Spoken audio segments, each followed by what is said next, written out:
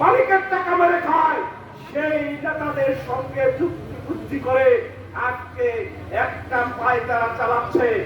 এই সুসংগঠিত আওয়ামী লীগকে দ্বিখণ্ডী করার জন্য তারা পায়তারা চালাচ্ছে। সেই জায়গায় লোক হয়েছে আপনাদের এই এলাকার এমপি, তিনি ভুলে নির্বাচিত হয়েছেন।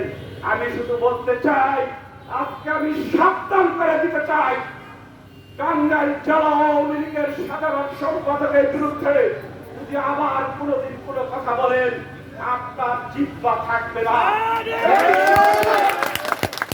সকল মানুষকে নিয়ে আপনার বিরুদ্ধে আমরা আন্দোলন করে তুলব। আপনি ভালো হয়ে যান, আপনি ভালো হয়ে যান। আর এই রাত দিন পরিশ্রম করে আজকে বাংলাদেশকে আজকে উন্নয়নের রূপ